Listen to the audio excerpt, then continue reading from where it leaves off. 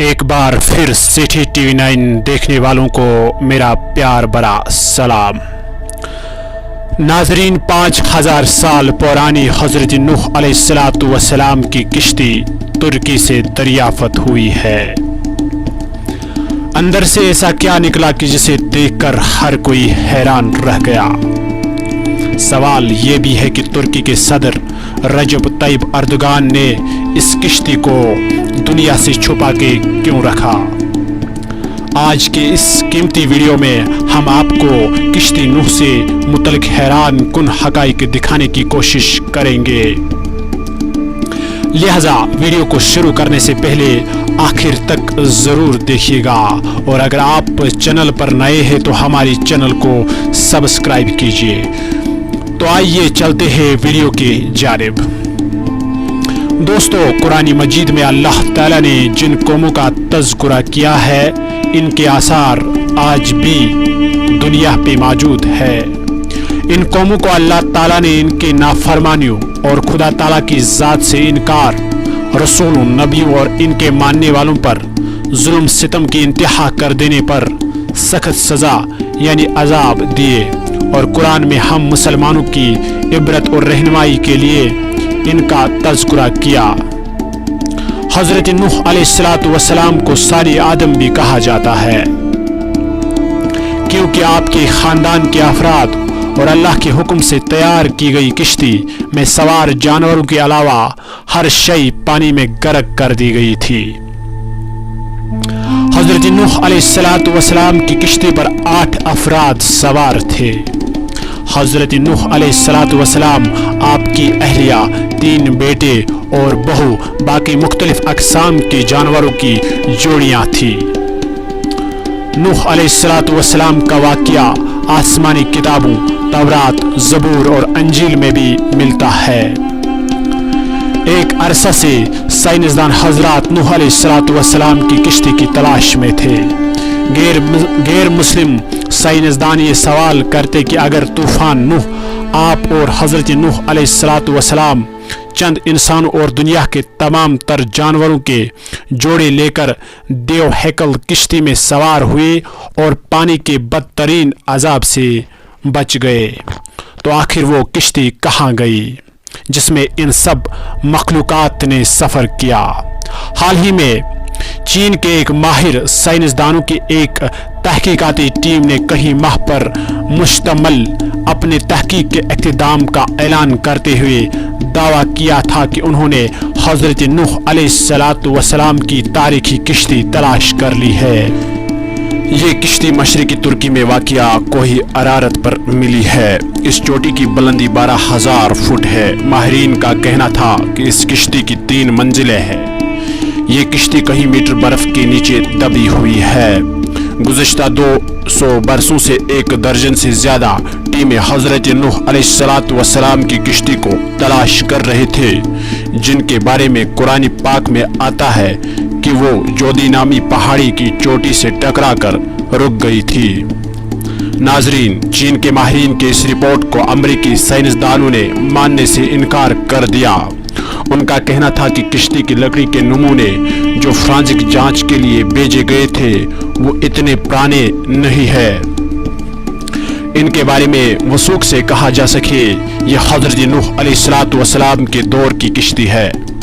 जबकि चीनी माहिरीन, इनकी टीम का दावा है, वो 99% ये यकीन रखते हैं कि ये वही किश्ती है जो हजरत नूह अलैहिस्सलातु वस्सलाम ने 4800 साल कबल अल्लाह के हुक्म से बनाई थी। माहिरीन का कहना है कि किश्ती की 3 मंजिलें हैं और इनमें कहीं बड़े बड़े कमरे हैं और इन कमरों में लकड़ी के सितून है। अरब अखबारात ने भी इस ज़िमन में सवाल उठाए थे कि क्या ये वाकई हजरत नूह अलैहिस्सलातु वस्सलाम की किश्ती है। अरब अखबारात ने लिखा कि चीनी और ईसाई माहिरीन अपनी तहकीक के लिए कुरान करीम के उन आयतों का भी मुताला किया था जिनमें किश्ती के सफर को बयान किया गया था। माहिरीन का कहना है किश्ती के ठहरने की जिस मुकाम की निशानदेही की गई थी वो साइंसदानों को कोही अरारत की तरफ ले जाती है। गुज़श्ता 20 बरसों में कई साइंसदानों ने कोही अरारत का दौरा किया ان میں سے کچھ ایک نے پہاڑی پر بنی کشتی کی شکل کی چٹان کو ہی حضرت نوح علیہ السلام کی کشتی قرار دیا، لیکن چینی اور ترک ماہرین نے پہاڑ کے اس برفیلے مقام پر تحقیقات کی جہاں درجہ حرارت -60 ڈگری ہوتا ہے، اور پہاڑ کے جس حصے میں کشتی کی بقایات دریافت کی گئی انتہائی ڈھلوان اور خطرناک ہے۔ رپورٹ کے مطابق اس ٹیم نے 60 مختلف مقامات سے حضرت نوح علیہ السلام کی کشتی کا مشاہدہ کیا۔ یہ کشتی کئی جگہوں سے ٹوٹی ہوئی ہے، تاہم مکمل تباہ اس لیے نہیں ہوئی ہے، برف کے اندر کافی دبی ہوئی ہے۔ کشتی ٹوٹی ہونے کی وجہ سے ماہرین اس کے اندر جا سکے۔ دوستو، چینی ماہرین وین چن نے باضابطہ طور پر ایک پریس کانفرنس منعقد کر کے اپنی تحقیق سے آگاہ کیا۔ کشتی کا معائنہ کرنے والا ایک چینی ماہر کا کہنا ہے کہ کشتی کا ہر کمرہ 5 میٹر تک اونچا ہے، اس میں کوئی بھی جانور آسانی سے سما جا سکتا ہے۔